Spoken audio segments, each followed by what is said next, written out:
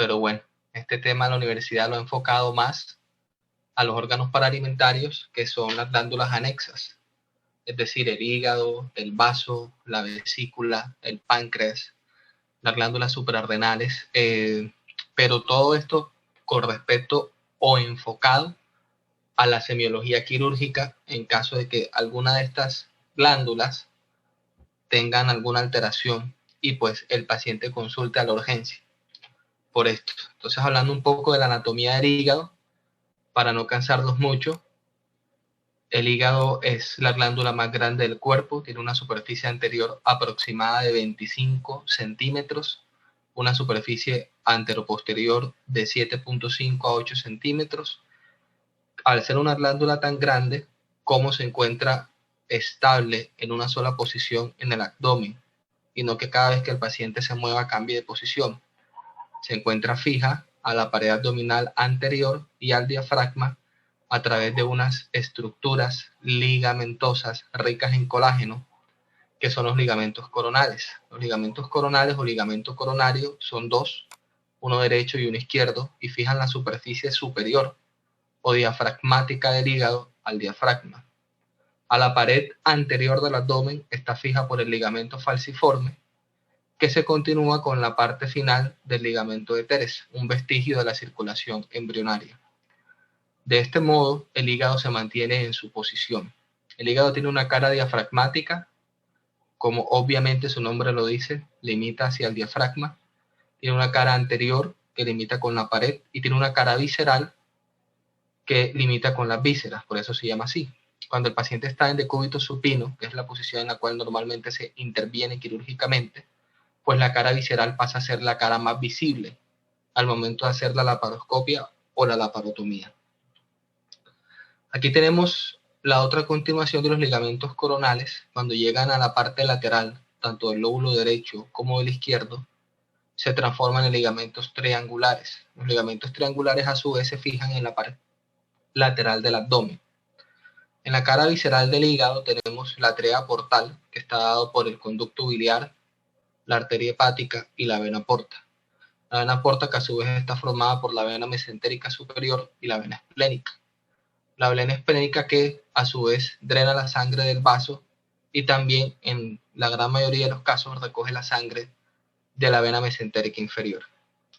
Dicho esto, al hígado llega toda la circulación tanto del intestino delgado, yeyuno ileum, como del colon derecho, transverso, descendente, sigmoide, recto anterior. Y también está la vena cava. Hay una estructura que se llama la vena cava retrohepática que pasa por detrás del hígado, extremadamente difícil de acceder a ella. Muchas veces cuando hay un trauma de la vena cava retrohepática hay que acceder a través de una toracoscopia o toracotomía, incidir el diafragma para poder llegar a ella en la cavidad abdominal. Se forman varias caras o varias superficies con el ligamento redondo, con la vesícula, la trea portal, la vena cava inferior y lo que viene siendo la fisura para el ligamento venoso. Forman un surco en forma de H, que se conoce así como surco en H. Y en la mitad de ellos está el hilio hepático, conformado, como lo dije anteriormente, por la trea portal. Esta es una visión de la cara visceral del hígado con una sección del lóbulo izquierdo, donde se ve cómo están las estructuras que llegan y salen del hígado. Las estructuras que llegan al hígado son la vena porta, que como ya lo habíamos dicho de quién se forma, la arteria hepática, que es rama del tronco celíaco, que es la segunda rama que sale directamente de la aorta abdominal después de las arterias diafragmáticas, y sale del hígado el conducto hepático derecho y el izquierdo, se une con el conducto cístico, forman el colédoco, se une con el Wilson, forman un conducto común, desembocan en la segunda porción del duodeno, en la ampolla de Vater. La segmentectomía hepática dada por Cuinat en los años 50 es la base de la cirugía hepatobiliopancreática. Antes se consideraba que desde el punto de vista solamente de lo que se veía, la anatomía externa, el hígado estaba dividido en dos lóbulos, un lóbulo derecho grande y un lóbulo izquierdo un poco más pequeño. Se hizo una disección en cadáveres en un comienzo de a dónde iban cada una de esas ramas de la tríada portal y de dónde provenían cada una de esas ramas de las venas suprahepáticas que desembocan en la cava retrohepática. Y se encontró que se repetían de un cadáver a otro, siempre iban a las mismas estructuras. Entonces esas estructuras se individualizaron en 8 segmentos. El lóbulo derecho tiene 4 y el lóbulo izquierdo tiene 3. Y hay uno que es el lóbulo caudado, que es solamente único entre ambos. Entonces tenemos del lado derecho el segmento 4, el segmento 5, el segmento 7 y el segmento 8, en sentido de las manecillas del reloj visto desde el punto de vista de la cara visceral.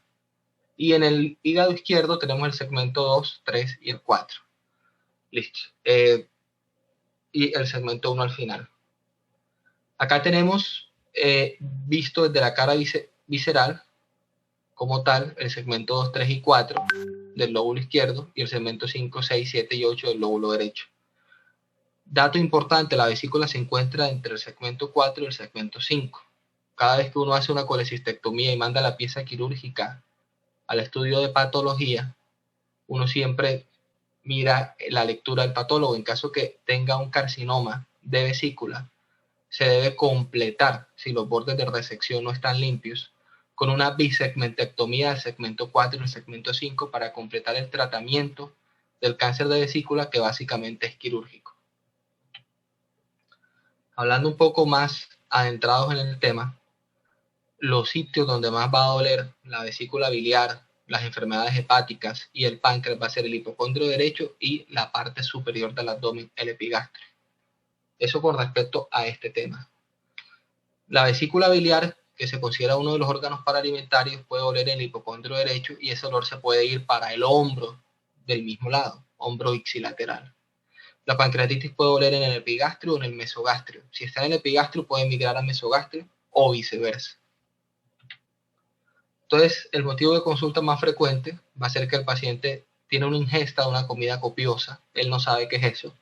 Hay que preguntarle si se comió algo rico en grasas, una comida rápida, una salchipapa, una hamburguesa, este tipo de comidas nocturnas que por lo general generan una gran descarga de colecistoquinina.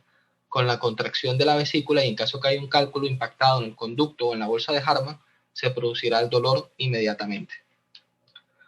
Aquí vemos los diferentes sitios en los cuales el paciente puede referir dolor de una enfermedad de la vesícula biliar. Llama la atención que en 24 casos, en la imagen A, el dolor era referido en el hipocondrio izquierdo, 4 casos en el flanco izquierdo e incluso un caso en la fosa ilíaca izquierda. Eso que nos dice que en la etapa visceral del dolor puede doler cualquier parte. Y ya la imagen B es una imagen a donde migra el dolor. Entonces vemos que el sitio más frecuente de migración del dolor ni siquiera es la cara anterior del abdomen, sino la posterior del tórax, en la región interescapular. Entonces mucho ojo cuando el paciente te diga que le duele el hipocondrio, el mesogastrio, y ese dolor se le va a las escápulas. Puede estar cursando con una pancreatitis, con una colecistitis o con una enfermedad hepática, es decir, con una enfermedad hepatobiliopancreática.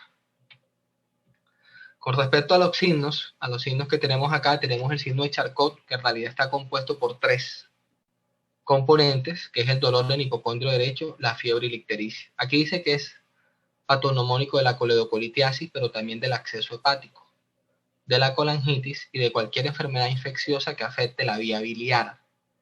El signo de Courvoisier-Terrier es una vesícula biliar palpable no dolorosa en presencia de ictericia en un paciente mayor de 60 años. Casi siempre refleja un tumor periampular, que son 4 tumores: el de cabeza del páncreas, el de vía biliar, el duodenal y el de la ampolla de Vater, que es el ampuloma. La diferencia con el piocolecisto es que la vesícula se palpa pero es dolorosa. También tenemos con respecto a los órganos paraalimentarios el signo de Gray-Turner, que es cuando hay una pancreatitis de tipo necrohemorrágica y comienza a haber una necrosis grasa. Entonces hay zonas locales de cambio de color alrededor del ombligo y en los costados. Es patognomónico de una pancreatitis hemorrágica aguda. También tenemos el signo de Murphy, que simplemente es un dolor en el punto de Murphy que está dado por la región subcostal con el borde externo o lateral del músculo recto anterior del abdomen. En ese punto donde se entrecruzan esas dos líneas, es donde uno hace la presión con el paciente de inspiración, suave, no le vas a hacer duro porque ya le duele suficiente, y en caso que corte la inspiración se considera signo de Murphy positivo.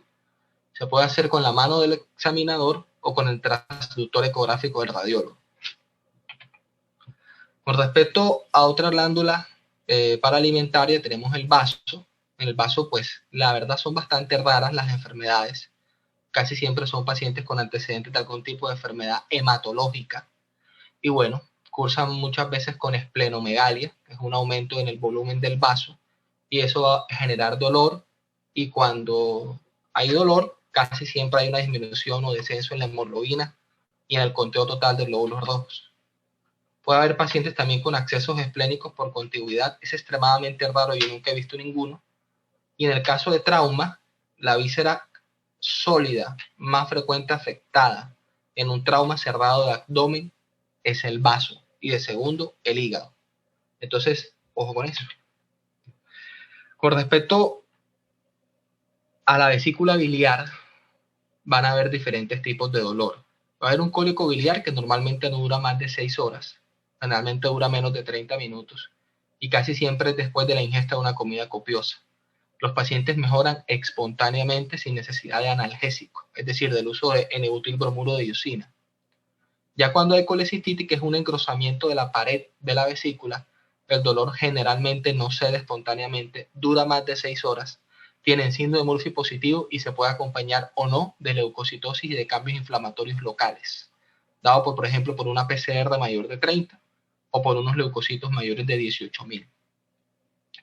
Cuando hay coledocolitíasis, que es la presencia de cálculos en el colédoco, que puede ser primario o secundario. Primario si se forma en el colédoco, secundario si son de cálculos que migran desde la vesícula, y aparte de eso se produce una sobreinfección por sobrecrecimiento bacteriano, bacterias gram negativas como la Escherichia coli, la Klebsiella pneumoniae, puede haber fiebre, ictericia y dolor, igual que en la colangitis, igual que en el acceso hepático. Hay otro tipo de pacientes que son los colecistectomizados, que ingresan por un dolor en hipocondrio derecho similar al que tenían cuando todavía tenían vesícula.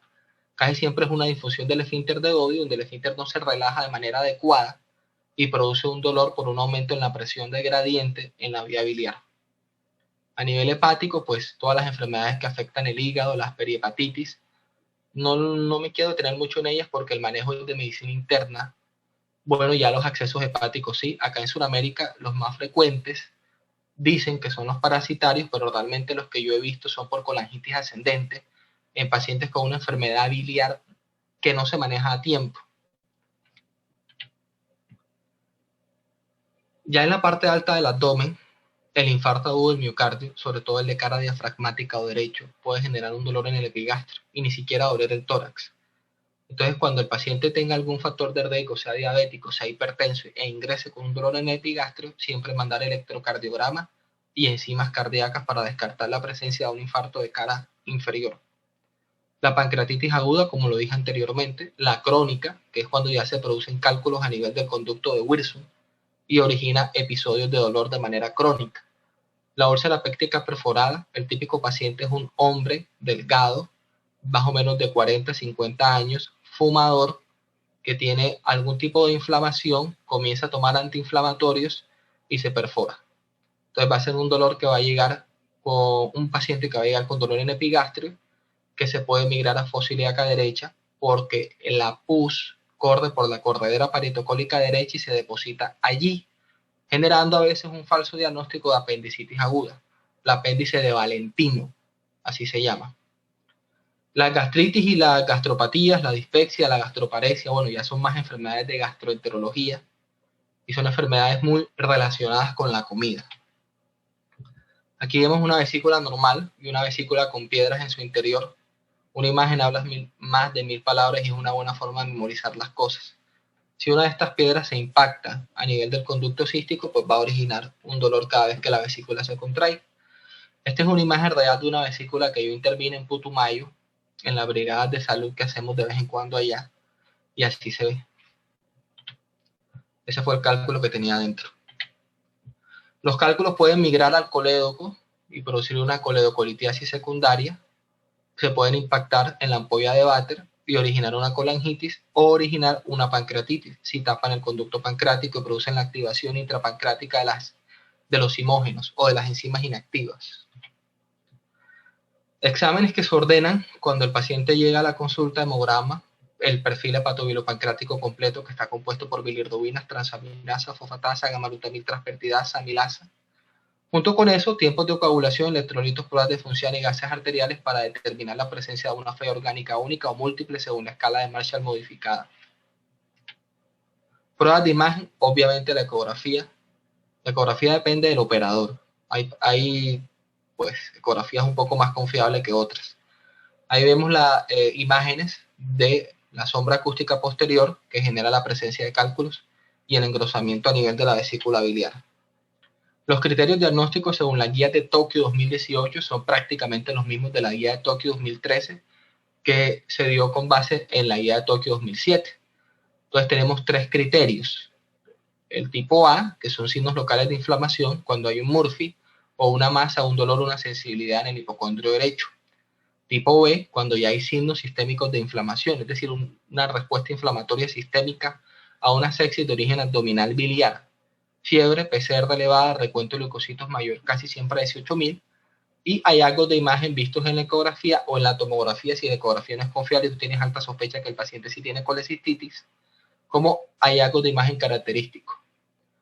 ¿Cuándo se hace un diagnóstico sospechado? Hombre, cuando hay un elemento A más un elemento B. Y un diagnóstico definitivo cuando hay un elemento A más B más C. O sea, cuando se le hace la ecografía al paciente. Los criterios de colecistitis grave: esta es la incisión de un paciente que operé en Puerto Asís.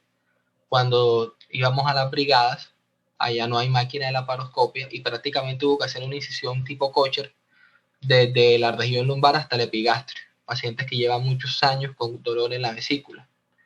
Entonces los criterios de gravedad son una falla orgánica. La falla orgánica se define como una insuficiencia circulatoria, es decir, cuando la presión arterial está bajita y el paciente requiere vasopresor porque la hipotensión no responde a líquidos endovenosos.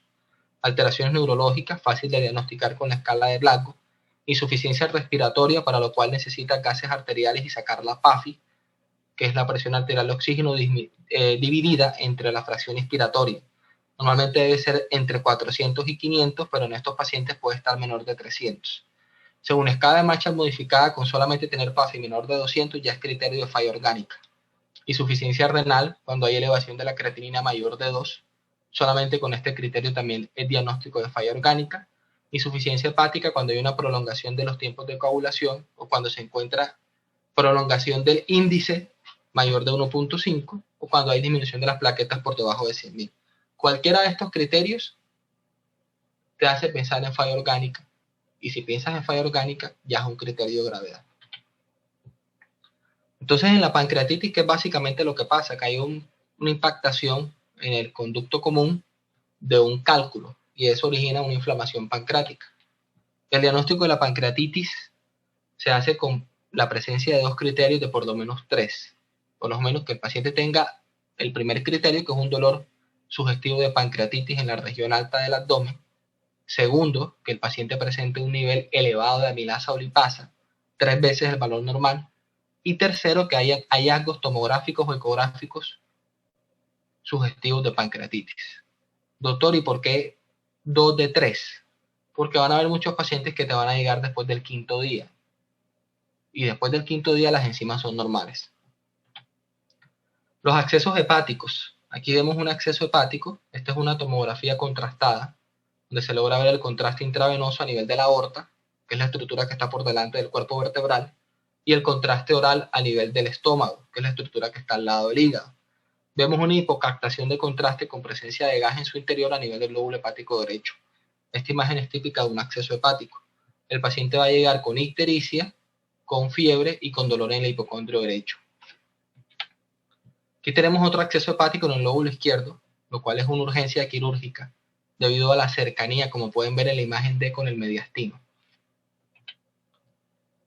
Las fracturas hepáticas muy frecuentes de los accidentes de tránsito, ahora nuevamente que la gente ya perdió el miedo a la pandemia, se están presentando bastante.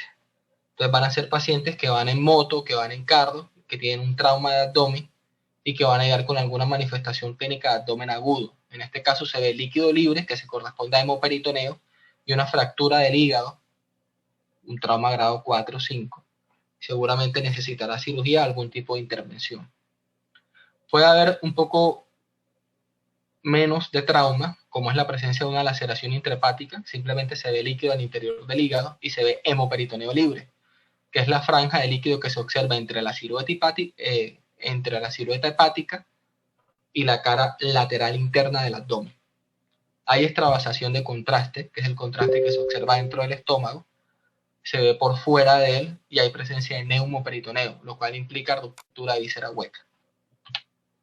Acá vemos un trauma hepático un poco mayor cuando hay afectación. Este es simple, pero de todas maneras se ve una disminución en el parénquima hepático. Aquí tenemos la presencia de un bilioma. ¿Qué es un bilioma? Cuando hay un trauma a nivel del hígado y ese trauma produce ruptura de las vías biliares. Si esa ruptura es contenida al interior del hígado, se puede producir un vertimiento de bilis al interior del hígado, a lo cual se le conoce como bilioma. A estos pacientes casi siempre se le hace drenaje biliar percutáneo guiado por ecografía, por tomografía, por radiología intervencionista, y lo que se obtiene es bilis. Aquí vemos otro paciente que también tiene un gran sangrado subcapsular y que es visible tanto en la ecografía como en la tomografía, lo que está marcado con asterisco. Que hay otro paciente también demostrando una extravasación de contraste. Esto es indicativo de que hay una lesión arterial, o sea, de las ramas de la arteria hepática están rotas y este paciente probablemente necesite cirugía. Va a ser un paciente que va a tener el antecedente de un trauma cerrado y que va a tener abdomen en tabla. Aquí tenemos otro corte tomográfico donde se encuentra un sangrado activo, que es la parte oscura que se ve al interior del hígado y que requiere la parotomía. Cuando hay un golpe, sobre todo trauma cerrado, que pueda lesionar la íntima de la arteria, muchas veces no se rompe, sino que simplemente se deforma. Como cuando los que jugaban baloncesto, el balón se deformaba con un chichón, producto de un trauma cerrado en un lugar específico. Entonces, estas malformaciones arteriales traumáticas se pueden tratar mediante radiología intervencionista con la colocación de un coil, que es simplemente un objeto metálico que se introduce para colapsar la arteria en ese punto y con eso disminuir el riesgo de sangrado. Así se ve un hígado fracturado cuando se lleva a la parotomía exploradora. La primera maniobra que uno debe hacer es aspirar la sangre que hay al interior de la cavidad peritoneal y posteriormente con 2 compresas tratar de comprimir la fractura hepática o la compresión manual de una injuria mayor, mientras logramos un control vascular mediante maniobra de Pringlet, que es la compresión de la tríada portal. Otra forma de hacerlo es monomanual, o sea, solamente con una mano, donde se toman varias compresas y se comprime por un tiempo de 5 a 10 minutos mientras se hace maniobra de Pringlet el lóbulo hepático afectado. Cuando el paciente se encuentra muy inestable, se hace una cirugía de control de daños. Paciente hipotenso que tenga paro cardíaco o que haya hecho varios paros cardíacos durante la intervención o antes de la intervención, no se puede uno poner a reparar todas esas estructuras porque hay que transfundir al paciente, colocarle plasma y plaquetas, pasarlo a la unidad de cuidados intensivos. Entonces se hace un empaquetamiento, se cuenta el número de compresas y se colocan compresas entre la superficie anterior del hígado y la pared posterior, y la pared anterior del abdomen. Y en la cara visceral también se colocan compresas, de la manera que lo ven en el dibujo. Aquí se ve en vivo y en directo, lo que se ve en blanco son las compresas colocadas entre la pared anterior del abdomen y la superficie anterior del hígado. Y así se ve una vista sagital de un empaquetamiento hepático. Obviamente, al empaquetar, va a haber un desplazamiento hacia superior de diafragma y eso se puede ver reflejado en una insuficiencia respiratoria del paciente. Por eso, todo paciente empaquetado debe ir ventilado a la unidad de cuidados intensivos. Esta es la maniobra de Pringlet, donde se identifica o se diseca la tríada portal y se hace un pinzamiento con planes vasculares para no dañar las estructuras de la arteria hepática, la vía biliar y la vena porta. En caso que el sangrado persista, lo más probable es que la lesión venga de las suprahepáticas o de las hepáticas que desembocan en la vena cava retrohepática. Por ejemplo, esto que está acá. Entonces se hace la maniobra de Hanover, donde se hace un pinzamiento de la tríada portal sigue el sangrado. En ese caso hay que tratar de disecar vía tórax con sección del diafragma la vena cava retrohepática y por debajo la vena cava infrahepática, con el objetivo de poder controlar el sangrado y poder suturar la lesión o hacer el manejo definitivo de la misma si las condiciones hemodinámicas del paciente lo permiten. Otro punto importante, la lesión iatrogénica de vía biliar. Cuando tengan pacientes que de pronto operan en la ciudad y ustedes están haciendo el dural y el paciente consulte después de una colecistectomía laparoscópica amarillo, puede tratarse de una lesión iatrogénica de vía biliar o que un cálculo se fue de la vesícula hacia el colédoco. ¿De qué consiste esto? Consiste que el paciente va a llegar con dolor en hipocondrio derecho, ictérico y con un antecedente inmediato de colecistectomía laparoscópica. Ustedes sentados en el escritorio vertebral van a pensar que tiene el paciente. Puede tener, primero, un cálculo residual a nivel del colédoco, es lo más frecuente, o segundo, una lesión iatrogénica. ¿Qué es una lesión iatrogénica? Es cuando en vez de seccionar el conducto cístico para poder desecar y extraer la pieza quirúrgica, en este caso la vesícula, se confunde y se secciona el colédoco. Entonces, pues va a haber una ictericia de tipo obstructivo. El manejo es una ecografía, si no tienen, perfil hepatobilio pancreático, y si no tienen, pues simplemente remitir al paciente. El tratamiento se hace con la colocación de una sonda en T, que es simplemente una férula que se coloca dentro de la vía biliar en caso que la sección sea parcial, para que al hacer la rafia del colédoco no se produzca una estenosis producto de la cicatrización. Los que vieron cicatrización conmigo y con otros docentes saben que la fase final de la cicatrización es el depósito de colágeno, y esto ocurre a nivel de cualquier estructura, incluyendo la vía biliar. Otra forma de resolverlo es con una derivación bilodigestiva. La cirugía se llama la cirugía de derivación o reconstrucción de la vía biliar, que consiste básicamente en un hepático y yeyunostomía, es decir, en una anastomosis de los conductos hepáticos con un asa de yeyuno en Y-de-Rose, donde produce la unión quirúrgica de los conductos hepáticos que quedaron no lesionados por encima de la lesión con un asa en Y-de-Rose del yeyuno proximal. Ya con respecto a la terminología, para que ustedes sepan de las recesiones hepáticas, sobre todo cuando lleguen pacientes operados de cáncer de hígado, las hepatectomías se clasifican en primer, segundo y tercer orden. Las de primer orden simplemente es la resección de los 4 segmentos del lóbulo hepático derecho, el 6, 7, 5 y 8, o del lado izquierdo el 4, el 3 y 2. La hepatectomía puede ser izquierda o puede ser derecha. Puede ser incluso ampliada. Ya la división de segundo orden incluye cuando la lesión mide menos de 5 centímetros y se encuentra localizada, lo cual se le llama bisegmentectomía o una seccionectomía anterior, que incluye el segmento 8 y el segmento 5 si la lesión es medial, y el segmento 7 y el segmento 6 si la lesión es lateral. Puede quitarse lo mismo del lado izquierdo, o sea, hacer una segmentectomía 4 o una segmentectomía 2 y 3, a lo que se le llama bisegmentectomía. Ya cuando el daño es aún mayor, entonces se puede extender del lado derecho hacia el izquierdo y se llama la trisegmentectomía o simplemente la hepatectomía derecha ampliada. Viceversa del lado izquierdo, hepatectomía izquierda, resección del segmento 2, 3 y 4, y se puede ampliar la resección del segmento 8 y 5.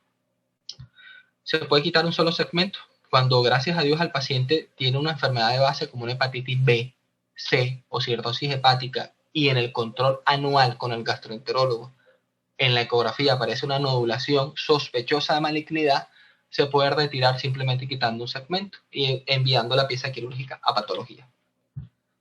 Listo. Bueno, muchachos, ¿tienen alguna pregunta, alguna inquietud? ¿Algo que no les haya quedado claro? Doctor, yo tengo una pregunta. ¿En todo paciente a la que se le hace el empaquetamiento hepático se le tiene que dejar el abdomen abierto? ¿Cómo es tu nombre? Gina. Gina. Gina, lo que pasa es que las compresas hay que retirarlas. Entonces, como tú tienes que retirarlas, de nada vale que cierres la pared abdominal y que después simplemente no tengas que volver nuevamente a abrirla. ¿Me hago entender? Sí, señor. Perfecto. ¿Alguna otra pregunta? Bueno, entonces si no hay más preguntas, muchachos, espero que se encuentren bien, que todo les salga bien Y bueno, nos estaremos viendo en una próxima oportunidad, si Dios lo permite. Que pasen una excelente noche. Gracias, doctor. Gracias, doctor. Feliz noche. Buenas noches. Buenas noches.